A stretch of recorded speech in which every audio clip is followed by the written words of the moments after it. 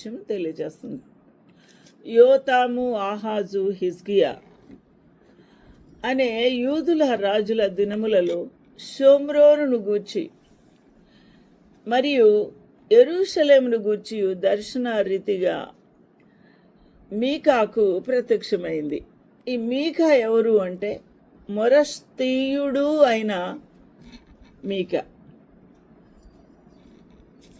ఆయనకు ప్రత్యక్షమైన యెహోవాకు ఆ దినాల్లో యెహోవా దేవుడే డైరెక్ట్గా ఆ ప్రవక్తలను ఏర్పాటు చేసుకొని వారి నోటిలో ఈ యొక్క వాక్కును ఉంచితే వీరు దేవుని కొరకు ధైర్యం కలిగిన వారే అదే వాక్యమును ఆ ప్రజల వద్దకు వెళ్ళి ప్రకటించేవారు.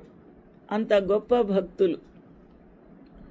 The word of the Lord that came to Micah the Morashite in the days of Jotham, Ahaz and Hizkiah, king of Judah, which he saw concerning Samaria and Jerusalem.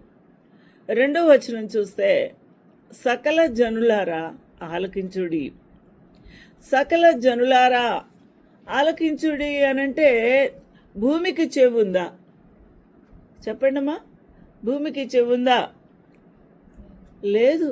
కానీ భూమికి ఏమంటున్నాడు దేవుడు? ఏమని వాక్కిచ్చాడు? భూమి ఆలకించు, సకల జనులారా ఆలకించు అని జనులకు చెప్పి, భూమి నీవు కూడా నీలో ఉన్న సమస్తమును చెవియగు వినుడి. ఇప్పుడు ఒకసారి నాతో మాట్లాడండి. ఈ భూమిలో ఏమేమి ఉన్నాయి ఒకసారి మీ దృష్టి పెట్టండి. భూమిలో ఏమున్నాయి? గడ్డి, చెట్టు, చేమలు, రాళ్ళు, రప్పలు, నీళ్లు, సముద్రాలు, చెరువులు, చేపలు, జంతుజాలాలు, పక్షులు, యానిమల్స్, మానవులు.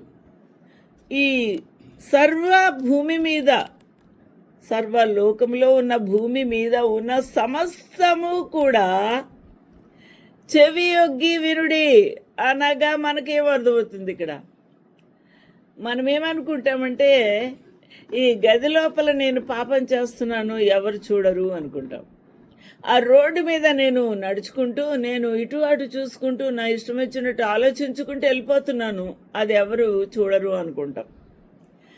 ఆ చేతులతో మనం ఇష్టం వచ్చినట్టుగా మరి మా వ్రాతలు, సంతకాలు, అదేవిధంగా లంచాలు, అలాగే నరహత్యలు, అలాగే దొంగతనాలు, రకరకాల పాపాలు చేస్తుంటే ఎవరు చూడరు అనుకుంటాం.